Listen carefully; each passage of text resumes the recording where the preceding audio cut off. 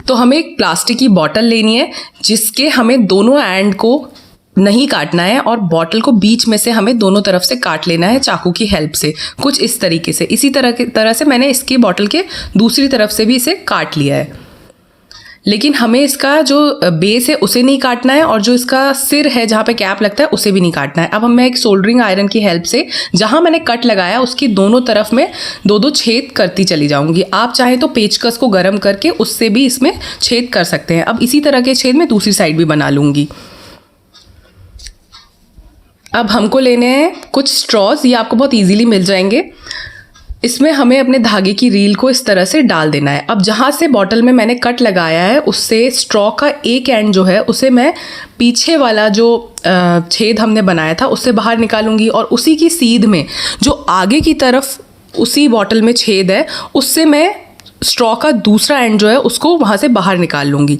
इसी तरह से मुझे सारी की सारी मैं रील इसमें जितने भी मैंने छेद बनाए हैं, जैसे 5 हैं तो मैं 5 फ्रंट में रील डाल लूँगी और 5 पीछे की तरफ डाल लूँगी।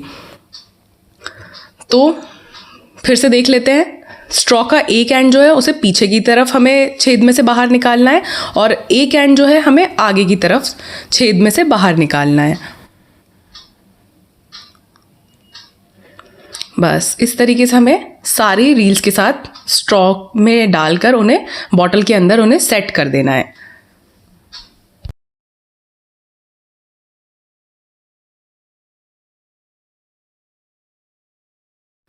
तो देखिए इस तरह से सारी की सारी रील्स बॉटल में सेट हो गई हैं।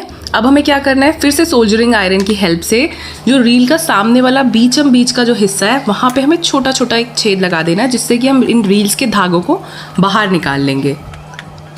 तो इस तरह से इसमें छेद हमने फ्रंट में कर दिए। अब एक इस तरह के वायर की हेल्प से हम जो रील का धागा है उसे हम बाहर निकाल लेंगे। बहुत ईजीली बाहर निकल आते हैं, ज़्यादा इसमें कोई प्रॉब्लम नहीं होती है।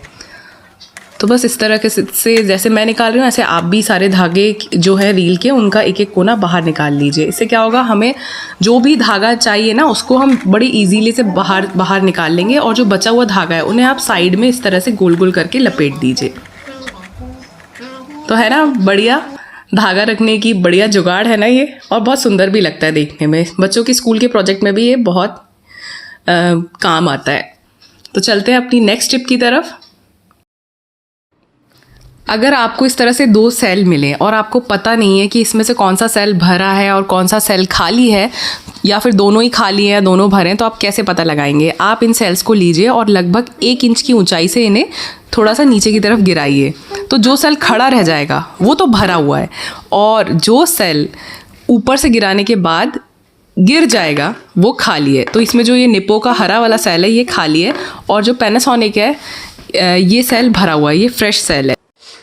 दोस्तों ये जो इस तरीके के केले के छिलके होते हैं ना हम लोगों के घर में, हम या तो इन्हें फेंक देते हैं या फिर हम सोचते हैं गाय खा लेगी, पर ये बहुत बढ़िया फर्टिलाइज़र बनाते हैं। तो आपको करना क्या है, और फर्टिलाइज़र क्यों बनाते हैं, क्योंकि जो केले के छिलके होते हैं ना इनमें होता है पोटेशियम भर भर के। तो हमारे जो फूलों वाले पौधे होते हैं जैसे कि ये है हमारा मोगरा, गुड़हल और आपका ये भी मोगरा, जो भी आपके फूलों वाले पौधे होते हैं ना उनमें फूलों को खिलने के लिए पोटेशियम की बहुत ज़रूरत होती है। तो उसके लिए ये केले के छिलके बहुत फ़ायदा करते हैं। तो आपको करना कुछ नहीं है, बस जो एक डिब्बे में आपको, जैसे कि मैं पहले भी आपको दिखा चुकी हूँ, ये जो डिब्बा है इसमें मैं ये लिक्विड फर्टिलाइज़र बनाती हूँ, तो इसमें आपको इसे डाल देना है। बस अब इसमें पड़े पड़े ये फर्टिलाइज़र बनता रहेगा।